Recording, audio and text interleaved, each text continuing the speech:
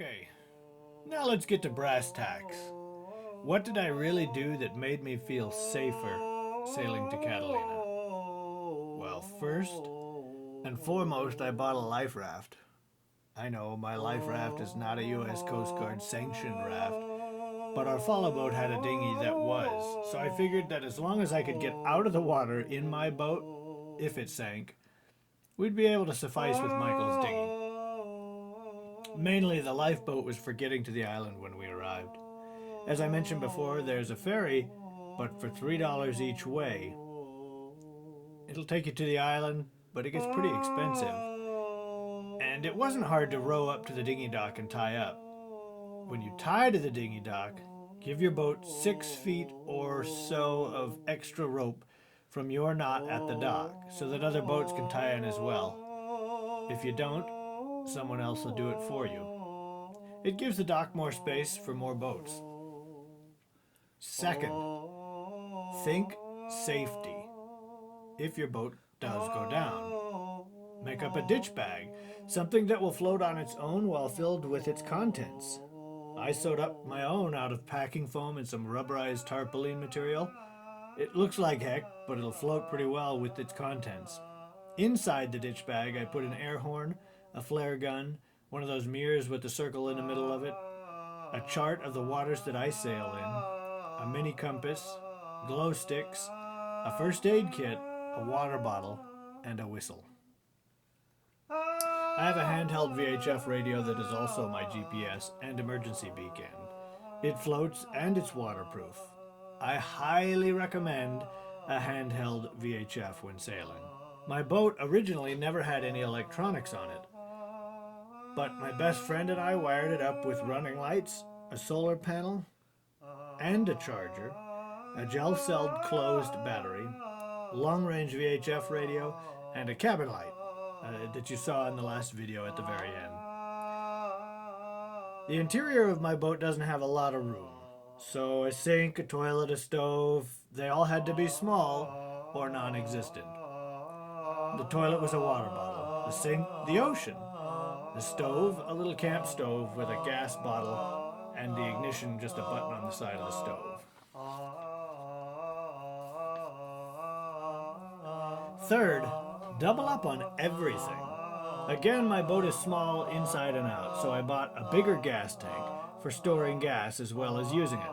I originally had thought I'd bring a 6-gallon and a 9-gallon, but I ended up only taking the 9-gallon gas tank, which was bigger than the 6-gallon that I'd been running on for years. And it'll get my 15 horsepower Johnson to and from Catalina with minimal sailing needed. It'll definitely get me all the way there in most conditions without any issue at all. When I got to Two Harbors, though, I decided, even though we had a half a tank, that I would fill up just in case for the way home. Gas on the island is $7 a gallon, so think about that. I had 2 tillers on the boat, just in case something happened. Remember, my boat's a 1966, so age makes everything suspect when it comes to boating. Our follow boat ended up in Two Harbors, breaking his tiller just pulling into the mooring. Luckily, he had a second and was able to get home uninhibited. I ran with the roller furling, but had my normal jib stowed below just in case of a tear. I have only one mainsail, but had plans to rig a sheet if that failed. I carried lots of extra rope, line if you're on a boat. I even had a big rope for towing if we needed it or if our follow boat needed it.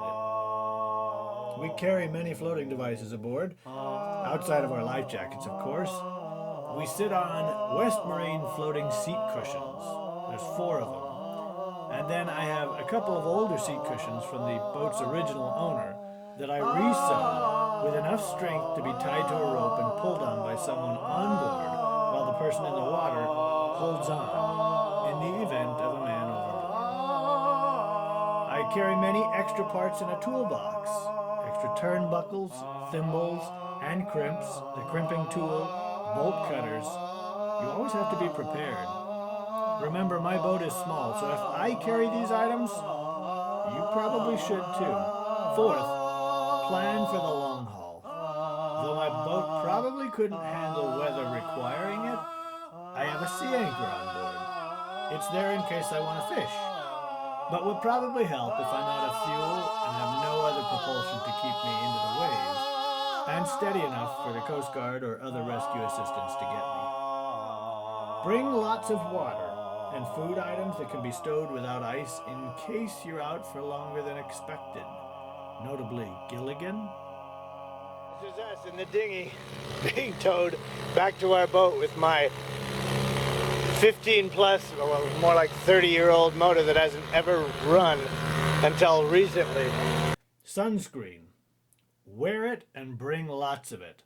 Don't risk it. Just sprisk it. We're headed to a weenie roast. Gonna have some hot dogs and some chips. We got some cheesecake and some 5-layer dip from the store here at Two Harbors. We're gonna have a nice little party with our neighbors and enjoy ourselves a good evening tonight.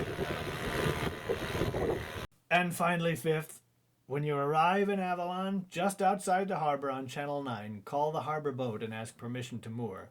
They will send you a boat to collect the money for payment, and then point you in a general location telling you the mooring ball to hook up to. The letters usually start A through Z, with the first row being A, moving backwards to Z, and then the numbers, 1 through whatever, 100 or so, usually start with 1 in the center aisle section, moving outwards to 100 to the end. There's one middle lane that you go down along with everyone else.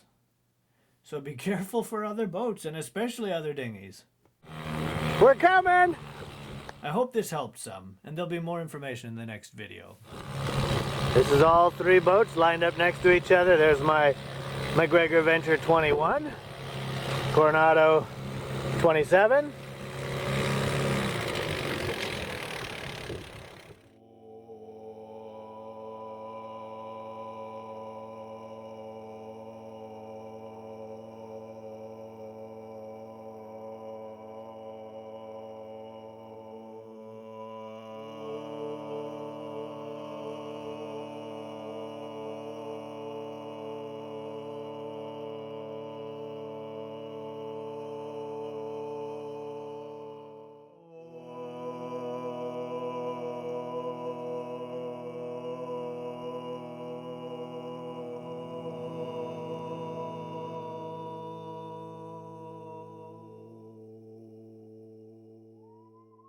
Wake up!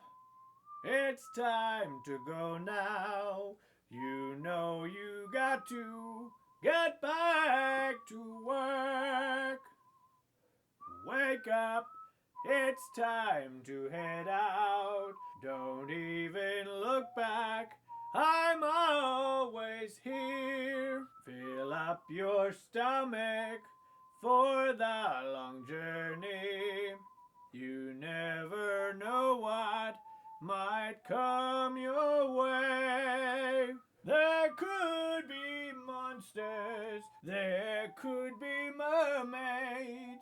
The sea could eat you, or maybe just play. Two Harbors on a calm August morning.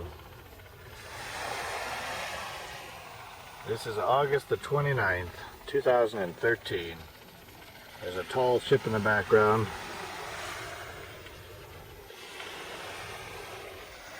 Ooh, a Formosa center cockpit coming in. So haul up those lazy halyards, trim sail and be well. I'll whistle in the rig. Land ho, take hold your keepsake, until forever. Share them everywhere.